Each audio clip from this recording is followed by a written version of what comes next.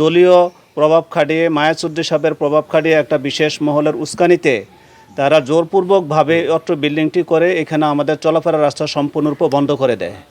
আমরা তারপরও অত্র এলাকার সম্মানিত গণ্যমান্য সবাইকে নিয়ে বসি, তাদেরকে আমরা সামাজিকভাবে ডাকি, তারা আমাদের ডাকে কখনো সাড়া দেয় নাই, সমাজের ডাকে সাড়া দেয় নাই। পরবর্তী স্টেপে তারা আমাদের থেকে 1 বছরের সময় নিয়েছিল। তারা এই রাস্তাটা পুনরায় তাদের বিল্ডিং সরিয়ে রাস্তাটাকে তারা ক্লিয়ার করে দিবে।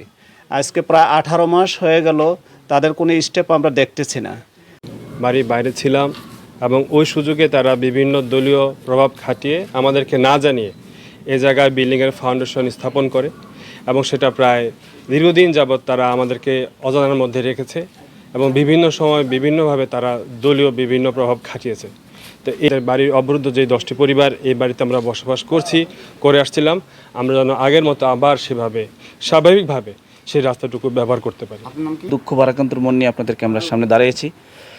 আমাদের এই রাস্তাটা খুবই দরকার, অন্যথায় এই 10টি পরিবার বাড়ির ভিতরে প্রবেশ করতে পারবো না। আমাদের জায়গা আবদ্ধ হয়ে আছে, আপনাদেরকে আমরা দেখেছেন।